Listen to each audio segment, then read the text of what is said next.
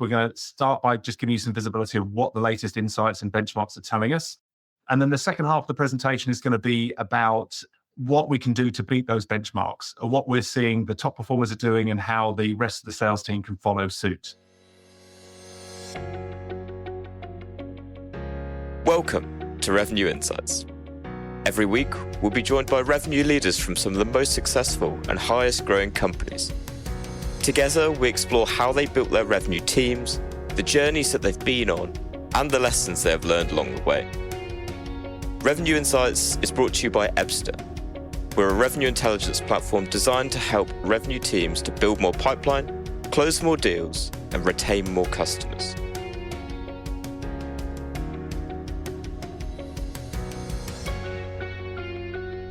Welcome, everybody. It's lovely to see all the names, if not faces, on the right-hand side of the screen that I'm looking at. My name's Adam. I run the commercial side of things here at Ebsta. I'm here today with my illustrious CEO. I'm sure some of you will recognize Guy from the various speaking events from LinkedIn. He's got quite the profile. But we're here today to talk about the insights that Ebsta's been able to gain, having analyzed billions and billions of dollars worth of pipeline over the last 12, 24 months.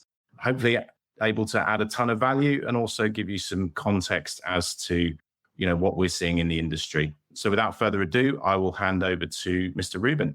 Thanks very much, Adam, and really excited about today's event. Thank you all for joining. I know we've got some dialing in through LinkedIn Live. First time I've dialed LinkedIn Live, so welcome to you guys and welcome to everybody who's joined through the meeting link. So today most of you will be aware of some of the benchmarking we've been doing over the last couple of years. We've got a slightly different presentation today where we're going to be talking about how you can beat those benchmarks. So we probably need to start by explaining where are we, what are the benchmarks at the moment. And so I'm going to split the presentation into two halves. We're going to start by just giving you some visibility of what the latest insights and benchmarks are telling us. And then the second half of the presentation is going to be about what we can do to beat those benchmarks, or what we're seeing the top performers are doing and how the rest of the sales team can follow suit. So before we jump into all of that, I'll introduce myself. So my name is Guy Rubin. I'm the CEO, founder of a company called Ebsta. I'm also the CEO ambassador for Pavilion. So if you're not already a Pavilion member and you'd like to know more about it, please reach out to me. And of course, if you'd like to find out more about Ebsta, I'd be happy to hear from you as well through LinkedIn. Let me just do a very brief summary of what Ebsta is. We present Ebsta as an AI-first revenue platform. And what that means is for the sales reps on the ground, we present Ebsta as an AI-guided selling platform. So this is about prompting the sales reps as to what they should be doing next and following best practice. We help RevOps managers and sales managers identify risk in the pipeline sooner. So instead of walking into pipeline review meetings and talking about, tell me about this deal, what do I need to know? All of the information is delivered inside Salesforce, inside HubSpot, so you can actually see what's going really well on opportunities, but also see what needs attention. And then for leaders, we deliver an AI forecast. And so all of that rolls up to our brand guarantees. We have 3 of them. Number 1, we guarantee to improve rep quota attainment within the first 6 months. And we'll talk a bit more about how we do that later. We guarantee to improve forecast accuracy for the sales team. So we'll get you within 10% of your number. And we guarantee to get you live in 30 days. So it's very light touch to get Ebsta rolled out and integrated into Salesforce or HubSpot. So let's talk about the insights before we jump into how we beat the benchmarks. Let's understand what the benchmarks are. So in the last year, we've analyzed over 4.7 million opportunities across over 500 businesses. That represents over $57 billion worth of pipeline. We also, for the very first time this year, we analyzed 1.2 million hours of sales calls as well to really get under the skin of how the top performers are dealing with objections and discovery calls versus the rest of our sales teams. Now, at this point, what I'd say is if you've got questions as we go through the dashboards and the slideshow, please put them in the chat and hopefully Adam will join us and jump in on any specific questions as they come up. But do throw them in the chat and we'll pick them up as we can. So before we talk about where we are today, let's talk about what the numbers look like at the beginning of the years. The B2B benchmark report that perhaps a lot of you already downloaded at the beginning of the year in January, what we saw was that in the previous 12 months, we saw win rates drop quite dramatically. We saw deal values drop as well and sales cycles increase. So 2023 was a really tough year for most. Rep quota attainment was really quite low. So 69% of reps were missing quota. We saw this delta between the top performers and the rest of our sales team increase to nearly 9 times. And slippage was a big issue. We were seeing nearly half of deals were slipping past their anticipated close dates. So that was the state of the market as we entered 2024. And so as we move into 2024 and look at the first half of the year, we were really quite surprised by how big the delta, how much had changed. So we decided to run the report again. And as we look at the data for the first half of the year, it doesn't make very pretty reading. So that this delta between those top and bottom performers had grown even further. So we see it at over 10x now in what we call velocity.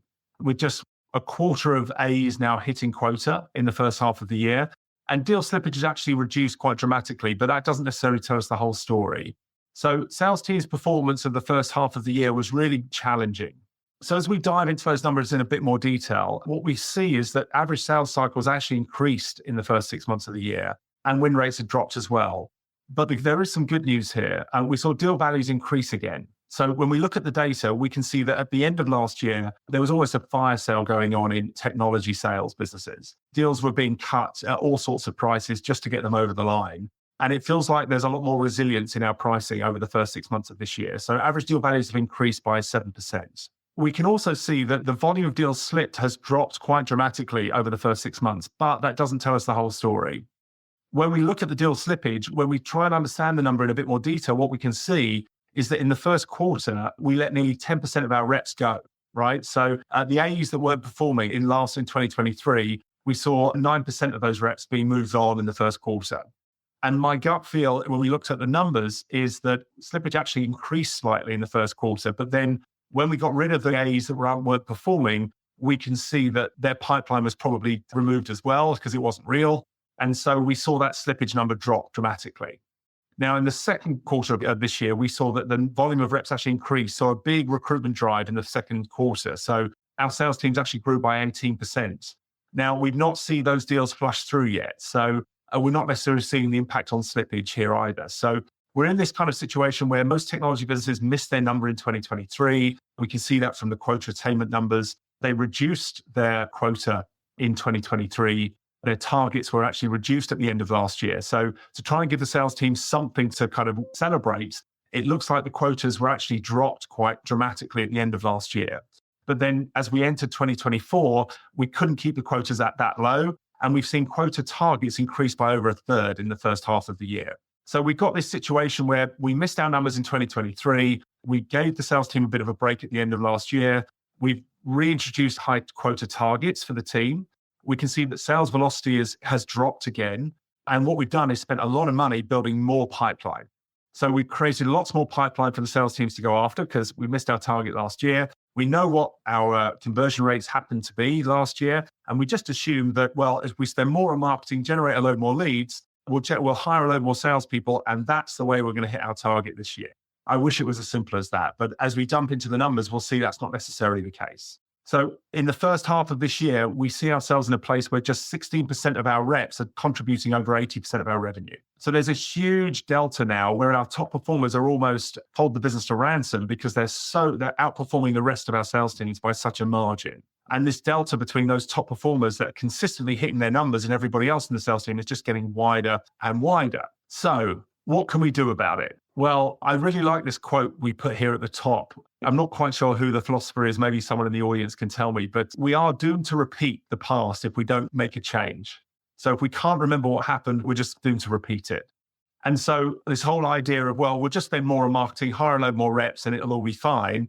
I suspect we're going to be facing similar challenges this year as we did last. So for the rest of this presentation, I'm really going to focus on what we can do to replicate the success of those top performers, the 25% of reps that are hitting quota. Now, before we go any further, we've got a few very quick questions for the community. So we're going to pop those up on your screen and hopefully you'll be able to see a quick little survey popping up. And let's see if that comes up. So we'd love you to tell us, just keen to understand from the people that are here today, what CRM are you using? We'd also love to know, I think the second question we're going to bring up as well is asking you how many salespeople you've got in your sales team. That'd be really helpful to know as well. And then finally, I think the final question relates to investment in AI for your sales team. So just keen to understand, are you already investing in AI for your sales team? Is it something you're thinking about, or is it something you're not considering? We're going to jump into the second part of the presentation now. So hopefully you managed to have a chance to answer those questions. Okay, so what we're going to now focus on is what are we seeing those top performers do at each stage of this sales cycle? How are they attacking the market differently to the rest of our sales team? And the first area to focus on, I think, is around ICP. So when we look at the data, what we can see clearly is that our win rates are over 3 times higher when we're selling to ICP. Now, the challenge when we look at the data is that we've seen a massive increase in the volume of inbound leads because of the amount of money we're spending on marketing. But the volume of leads that we're working that represent ICP really hasn't changed. And so when we look at the pipeline coming through, just 18% of opportunities now match ICP. So in essence, what we've done is we've made the reps a whole lot busier. We've given them access to a lot more opportunities, but that doesn't necessarily mean those opportunities are the right opportunities for them to work. And the top performers are much better at really identifying which opportunities to spend time on. So I would encourage you to really try and get under the skin of what ICP actually means for your business. Now, this is an example of some of the data points that we deliver through Ebsta.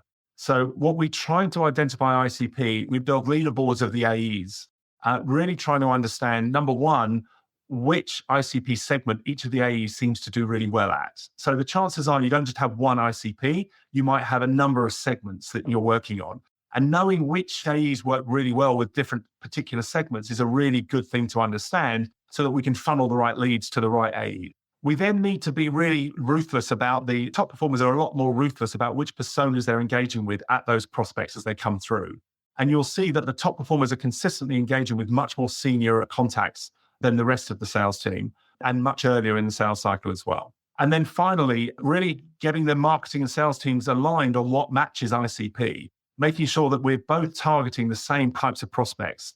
Because what we don't want is marketing thinking ICP is X and the sales team thinking it's Y. Now, the data will tell us what a good customer looks like. So make sure you're doing the analysis. And this is a really good example of the kind of data points you should be looking at to understand what ICP matches. So once we've identified watching the right opportunities, the next thing is focus on qualification. So what we see consistently is the top performers are over 3 times more likely to use some sort of methodology when they're doing their qualification. Now, they may not be recording it in the CRM. We've seen that's been a massive challenge, actually, and not just getting the reps to actually do the qualification, but getting them to record the fact they've done it as well is another big challenge. And we'll talk about that in a minute. But the top performers are ruthless in their qualification. In fact, we are seeing consistently that the top performers are closing 30% of their opportunities off as lost at that discovery phase. So slightly counterintuitive because as sales leaders, we're trying to make sure that the sales reps had enough pipeline to hit their quota number. But actually, what we really want to be doing is encouraging them to close off that 30% of opportunities at that discovery phase. Now, that can be quite difficult if they don't have enough pipeline to work on. So encouraging them to use a qualification methodology is absolutely key. And we're still seeing that over 2/3 of deals move past the qualification stage without being qualified correctly. So it's the quickest thing you can do to actually have a big impact on win rates. And it's hidden because deals that close lost at the later stages, the chances are the reason they close lost is actually not of what happened in that stage, but it's the fact that they were never really qualified in the first place correctly. Okay, so now we've understand that we need to qualify. So how do we do it? So what I've done here is we've given you a few examples of the way we do it here at Ebsta. So the first thing we need to do is pick a methodology. Now, for what it's worth, it doesn't seem to make a big difference as to which methodology you use. Try and keep it as simple as you possibly can, but try and have everybody doing it in a consistent format. So if you're using Medic or Bant or Spiced or MedPick, whichever methodology you choose to use, get it into your systems and get them using it consistently. Now, as I mentioned earlier, one of the big challenges is actually getting people to capture that information. But the good news is AI can do that a whole lot more consistently than the sales reps can themselves. So plugging something like Ebsta into all of your previous call recordings, whether you're using a Gong or a Zoom or a Teams, it doesn't really matter. But we want access to those call recordings so that we can analyze them and auto-populate into Salesforce or into HubSpot the qualification methodology. And we can actually score it so that you can actually set a gate or a trigger in place to say, look, you don't get to leave discovery unless you hit a certain number of points in the way you've qualified the customer. And the rep only needs 1 or 2 red thumbs downs before they decide to do a better job at the way they do their qualification. Adam, have you had an experience in this area? What were your thoughts on this? You're on mute. Of course I'm on mute. Standard practice. Yeah, I was just going to say, look, one of the tough things about driving adoption of any methodology that you use, whether it's a sales methodology or other frameworks, it's about making it visible and easy for everybody to align to. I think one of the big takeaways from using Ebsta, personally, and what I've seen through other customers is that ability to drive everybody in the organization automatically has eyes on that how well qualified is every single opportunity. And it locks leaders into helping their reps become better that are struggling with qualification. It highlights risk so that when that comes to forecasting, when that comes to submitting, your predictions for the quarter and for the month, depending on how you forecast, you really have much more visibility, much more data, much more insight to be able to make better decisions quicker. And I think that's one of the biggest things that Ebsta provides. I appreciate that. Yeah, I think, look, the key here is that salespeople have got a very limited capacity for learning. And the mistake we keep making is encouraging them, is using that limited capacity for learning to teach them things that AI can do better than they can. And this is a great example of that. The AI can't build a relationship with your prospect. The AI can't ask the right questions. But what it can do is when the questions have been asked, it can extract that information. It can identify all the objections that the customer raised on the call, and it can put it into fields in Salesforce or HubSpot and allow you to then report on it.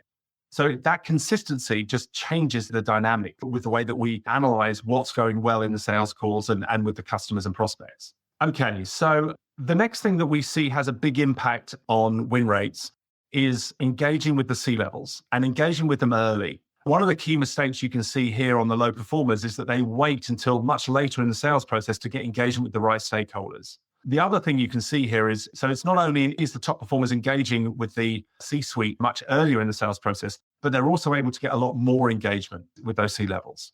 Now, at this point, it's worth understanding, at Ebsta, we score every relationship your business has, even if they've never made it into a CRM. So every contact anyone in the business has ever exchanged an email with or had a meeting with, we're going to build a profile for that contact, get that into Salesforce and score the level of that relationship, the strength of that engagement. And so that allows us to do these types of reports where you can see here that the top performers are consistently getting a lot more engagement a lot earlier in the sales process. So we know that when we get a good example of this is we know that the win rates drop by 40% when we don't engage the C-levels until much later in the sales process. We also know from a positive perspective that in today's world, we have to get high levels of engagement with the finance persona in the sales process, and again, much earlier. So if you've got a finance persona, more often than not, we now all need to accept the fact that there is a finance persona we need to engage with, but don't wait until you're presenting back your solution to get them engaged. They want the same ROI as your buyer. And if you can get them on that journey sooner, then you're much more likely to close the deal. So they're a key persona that you shouldn't forget, and they can be a key supporter if you get them on board early enough. So how do we do that here at Ebsta? Well, by analyzing, by fixing all the dirty data in Salesforce and all the opportunities that you've closed, won, and lost in the past, and putting all the contacts you engaged with on those opportunities back into the opportunity records that closed in the past, we're then uniquely placed to do the analysis. We can understand specifically which personas we should be engaging with each stage of the sales cycle to achieve the best outcome. And we can then coach the reps as to which personas or how multi-threaded they need to be every stage of the sales cycle. Now, if you're not reporting on this information, then you're applying blind. So coaching and training those reps on focusing on the right personas at the right stage of the sales process is absolutely key. Automating the scoring and the mapping of those relationships into the opportunity means that the rep no longer has any admin to do. And so you as a leader have full visibility of what they actually need to learn or who they should be engaging with. And then including in the gates and triggers that move opportunities from one stage to the next, include specific personas that you want the team to have engagement with. In Ebsta, for example, we insist that the sales team have at least one commercial leader plus a C-level actively engaged before they're allowed to move forward through the rest of the sales process. So work out which personas are key to you and which ones have the best positive impact on win rates. Now, understanding the objections that are being raised is absolutely key. And what's really interesting is looking at the way top performers deal with those objections differently to the rest of our sales teams. So the top performers are actively leaning into the objections around ROI, for example. We know that if ROI isn't discussed until the later stages, our win rates are 2/3 lower. So the top performers are discussing ROI much earlier in the sales cycle. Even in the discovery phase, they're talking to the customer about, look, I know you've got 7 other projects on right now. Where does this sit in your priorities? Are you expecting, what kind of ROI are you expecting on this project? If we can deliver that, is it a high enough priority for us to actually go through this process together? And so it becomes a consensus, and the top performers are perceived as expert advisors by their buyers rather than just an annoying salesperson. So I mentioned earlier this idea that the sales team have got a very limited capacity for learning. Let's use that limited capacity for learning, not to teach them how to do the admin that the AI can do better than they can, but instead use that to focus on training them on how to deal with objections. So when we look at how we do it here at Ebsta, we automate the capture of the objections from the call recordings and we populate those into Salesforce fields or perhaps into deal rooms in Slack so that you're able to see and collate all of the objections that the customers are raising in a consistent format. And you can start to see a specific type of objection starts to increase where we might need to do a bit more training, for example. So again, if you're not seeing it, if you're not capturing it, if you're not reporting on it, it's very difficult to have a positive impact on it. So really important to pick out what objections are being raised and when. Adam, you got something to share on this one? Yeah, I think the insights are really, really powerful, but it's how we use the insights, right? And as you can see by making, using Slack channels, using, clip and share, we've made it very, very easy for people to get the right information into the right hands of others in the organization. Everyone's very, very busy, but, in a click of a button or a share of an automated trigger inside Slack, I can pull Guy into a deal. And I think there's a question that's popped up in the chat, which is what are the differences in practices and tactics that allow top performers to engage at C-level much earlier? From my experience and the way that we run in Ebsta, my best reps have a direct line to Guy and have a direct line to me. And they're constantly asking, how can we use senior relationships across the organization to drive engagement and help, broker introductions and, facilitate conversations. And that's one thing that we do that's sort of tactical, but it's about, having the insight and the, from a rep point of view, being the quarterback, using the information that Ebsta's giving you, and then networking internally to broker the right conversations and use the relationships that the senior leadership that tend to have. So I just thought I'd drop in and add that. Yeah, I think that's a great point. So yeah, use your own C-levels to engage with the customer's C-levels. That's always a good idea. But ultimately, you own your sales process. And if you're not allowed to move to the next stage or invest time with your solution engineers or your finance or legal departments until you've got certain levels of buy-in, then of course, you're in a position where you can insist upon it and explain, look, this is our process. We know this is the right way to go. So, can we find a way of getting these individuals engaged? And I think as long as you explain that to the customer, there's always a good way of trying to get them to agree to effectively a buying plan or a closed plan that has buy-in from specific stakeholders as we go. Okay, so moving into the next phase, one of the things we all recognize is that time kills all deals. But it's really important to understand the influence of slippage on your specific pipeline. And it may well be different for different types of deals that you're working on. So SMB, mid-market, or enterprise will have a massive different impact, or different ticket size products. Time might have a different impact on those win rates. But really understanding is absolutely key. We had a customer recently where when deals slipped past 12 weeks over their anticipated close date, the win rate was down to less than 2%. But they had over 100 opportunities that had slipped that far. And because they didn't know that the win rates were that low, they continue to allow the reps to have them in their pipeline. So it's really important to understand the impact of slippage on win rates for your specific business. As a generic response, we can see that once deals slip up to 4 weeks, between 1 and 4 weeks, the average deal win rates will decline by a third, which is kind of acceptable. But once they slip on average, once deals slip past a month, you're going to lose 2/3 of those opportunities, or the win rate drops by 2/3. So really understand the influence of time on win rates is absolutely key to this exercise. And that really comes down to the way we do our pipeline reviews. And I know Adam spends a lot of time doing these pipeline review meetings. But really important that we have a consistent approach to pipeline reviews. And this idea of walking into a pipeline review meeting and just going, right, tell me about your deals, that doesn't serve anybody. Because number one, the rep is just going to talk about the stuff that's going well, and that doesn't help us. And number two, you're just going to hear, it's just going to be a narrative of kind of what their perception of the deal is. And what we really need to do is just get into the data.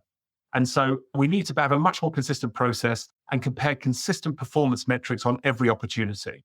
And the beauty of our approach to this is the AI auto extracts from the calls, the meetings, and the email activity where the risks are on the opportunity. So instead of just talking about the deal in random, you can actually get specifics on, look, here are the examples of the things that are going really well on this opportunity. And here are the things that are not going as well as we'd expect them to when a deal closes one. And so by having that specific information available at your fingertips, your pipeline reviews are now 10x more powerful. And that consistency will give you what you need. So knowing, for example, a deal has been in stage too long, or we are not multi-threaded enough, or don't have enough engagement with a particular persona, all of that means that we can actually encourage the sales team to do what they need to. And ultimately, if they have to, close the deal off as lost sooner. Adam, any thoughts on this one? Yeah, I think certainly from my point of view, it's really about it from a leadership standpoint, looking across, hundreds of opportunities a month or a quarter, it's about being able to manage your risk better. There's going to be a portion of your pipeline that moves through to close beautifully. There's going to be a portion that, stutters as it might go through the quarter. The stuff that's really important, the high value deals where there's actually tons of risk, you have all that visibility early doors. That not only does that help you close off deals and get your reps focused on deals that are likely to close quicker, but it also helps you prevent forecasting, nightmares and forecasting, committing big deals that actually, because you've listened to the rep and heard a great story, a great narrative about why this deal is going to close. When you dig into the data pretty quickly, it's clear to see that, we're not engaging with the economic buyer. We haven't got a meeting booked. The relationship score's gone down and down. And actually that's not a commit deal. In fact, it shouldn't even be in the pipeline. Yeah. Time and stage is another great one. Knowing the average time and stage when you win versus the current time and stage is a great metric to kind of use as a benchmark as well. So yeah, having access to this data is absolutely key if you're going to start scaling the sales team as we go. So what does it actually look like in practice? Well, here's an example of a case study, just 3 slides here that I think you're going to find useful. So we went into this organization. There was a delta of 4x between their top and bottom performers. Just 1 in 5 reps was hitting quota. Their win rates were down at 12%. Average sales cycle was too long, and the forecast accuracy was just nowhere it needed to be. So we put Ebsta live, and there's some interesting kind of data points here that I'm going to walk you through very quickly. So the first thing we understood is that in their business model, relationships drove revenue. So introducing this engagement score as a way of understanding where the relationships were strong was absolutely key. So when we back historically, what we could see is that the average level of engagement on opportunities was just 67 out of 100. But when the engagement was above 80, their win rates were 6 times higher. Now, once we showed this to the sales team in kind of picture format and then put this engagement score on the opportunity record in Salesforce, just within 3 months, their average level of engagement had jumped from 67 to 83. And so their win rates really dramatically increased. So the sales team wanted to win. They just didn't understand how important engagement was as a data point. Now, relationships was also key. So how multi-threaded they were. On average, historically, we saw that they only had 3 stakeholders actively involved in the sales cycle. But when they had 6 or more, their win rates were twice as high. And guess what? By showing this to the sales team, after just 3 months, average number of stakeholders actively engaged in the sales process increased to 6. For this particular business, the persona of VP of Operations was absolutely key as a champion, had a big impact on win rates. We can see win rates were 4 times higher when they had that as their champion, but only 8% of their opportunities had that persona actively engaged. What we saw after just 3 months, 23% of opportunities had that particular persona actively engaged at the early stages. And then finally, introducing this auto capture of MedPick for them through the Call Intelligence product allowed us to reduce the sales cycle and reduce slippage. And all of that led to this kind of before and after view of the leaderboard. So the top performers really didn't move dramatically, but you can see here very quickly that the B and C players had stepped up very, very quickly. So because they've got this drive to win, by showing them, by unlocking the data, by showing them what good looks like, we saw the delta between those top and bottom performers shrunk dramatically. The quota attainment went up, their win rates went up, and the sales cycles reduced. And all of that led to this almost a 50% increase in what we call velocity or dollars per day. So this comes back to those brand guarantees we talked about earlier. So this is how we guarantee to increase quota attainment for the reps and help you hit that forecast accuracy number that everyone's after. But ultimately, this is the case study that we came off the back of it. Again, you can find that on our website when you get a chance. But we had a big impact, and that as a business has really introduced this and embraced this data-driven approach, and it's having a big impact on their growth. And if you'd like to connect with me on LinkedIn, that would be great. Always happy to have conversations about data and sales-driven insights. So happy to answer any additional questions if any have come up, to have a quick look. So ask any questions now if you've got any. Otherwise, anything else from your side, Adam? No, you can also find me on LinkedIn. We will be in touch. Me, my team will be in touch with those that joined after the event. It's been a pleasure. I don't see any questions for us to tackle right now, Guy. But okay, well, we're going to be doing a series of these. So we're going to pick up a different set of insights for the next one. It's going to be in October. So we'll reach out to everybody about the next session. Hopefully you enjoyed today. I'd love any feedback that you've got, whether it's in the chat or reach out to me on LinkedIn. Welcome the feedback so that we can try and make these better each time. I'm going to be running a series of these till the end of the year. So hope you enjoyed today's session. Thank you so much for joining us today, and we'll see you on the next one. Thanks for listening to Revenue Insights. If you want to learn more, subscribe to our newsletter and we'll deliver every episode straight to your inbox. If you have any questions, feel free to connect with us on LinkedIn. Our links will be in the episode notes. See you next week.